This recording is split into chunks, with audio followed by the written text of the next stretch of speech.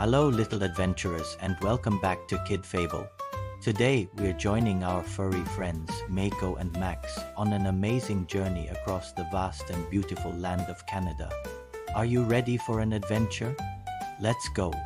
Our story begins in a cozy little home where Miko, a small brown cat with the biggest, most curious eyes you've ever seen, was chasing his tail. Miko wasn't just any cat. He was as agile as a monkey, always climbing and leaping. His best friend Max, a sleek black cat with a shiny red necklace, was snoozing in a patch of sunlight. Max was the calmer of the two, always thinking before he leaped. Suddenly, Miko pounced on a big, colorful map spread on the floor. "Max, look!" he chirped, his paws landing right on a giant country labeled Canada.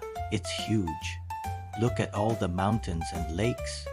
I bet it's full of fun things to climb and explore." Max yawned, stretching his long black paws. "Canada, huh? I've heard they have some very tasty fish there." His tummy rumbled at the thought, and just like that, their great Canadian adventure was decided. With their tiny backpacks filled with snacks and a compass, they snuck out, their hearts thumping with excitement for the journey ahead. Their first stop was the magnificent Niagara Falls. The sound was like 1,000 roaring lions. Miko's brown fur was instantly damp from the mist. "Whoa, Max!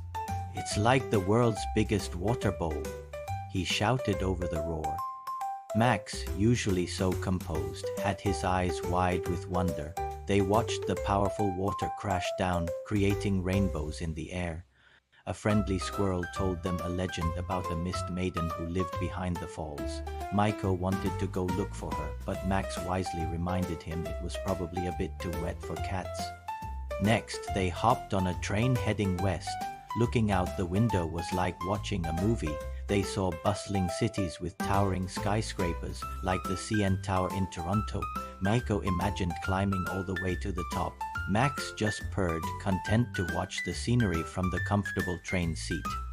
The cities soon gave way to endless fields of golden wheat in the prairies. The sky was so big and blue, it felt like it went on forever.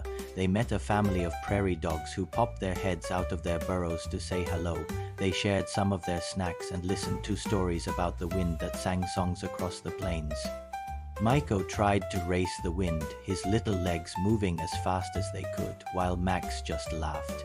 Then the landscape changed again. The mighty Rocky Mountains rose up before them, their peaks covered in sparkling snow. "Now this is what I call a climbing frame," Miko declared, his eyes gleaming. They spent days exploring the mountains. They tiptoed past a giant moose drinking from a turquoise lake, its antlers wider than Miko was tall. They watched a family of black bears from a safe distance, the cubs tumbling and playing just like kittens. Max, being the smart one, remembered his book about Canada. He led them to a special place in the mountains where they could see the northern lights. That night, they cuddled together as waves of green and purple light danced across the starry sky. It was pure magic. "It's like the sky is painting a picture just for us," Miko whispered in awe. Max didn't say anything, but his purr was the loudest Miko had ever heard. Their journey continued all the way to the Pacific coast in British Columbia. The air smelled fresh and salty. They saw giant totem poles carved with faces of animals and people, each telling a special story.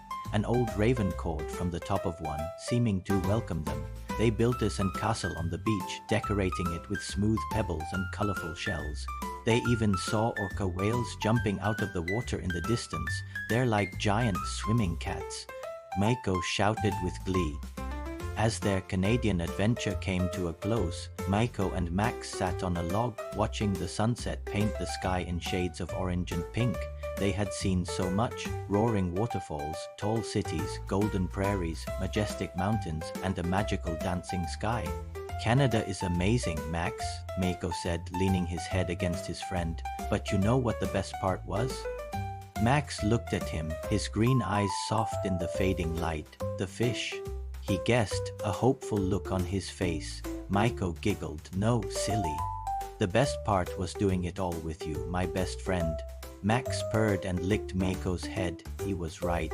Adventures are always best when you share them with someone you love. Tired but happy, they knew they would never forget their incredible journey through Canada. What an adventure! What did you think of Miko and Max's trip? Where do you think they should go next? Let us know in the comments below. Thanks for watching KidFable, and don't forget to like and subscribe for more amazing stories. We'll see you on the next adventure. Bye for now.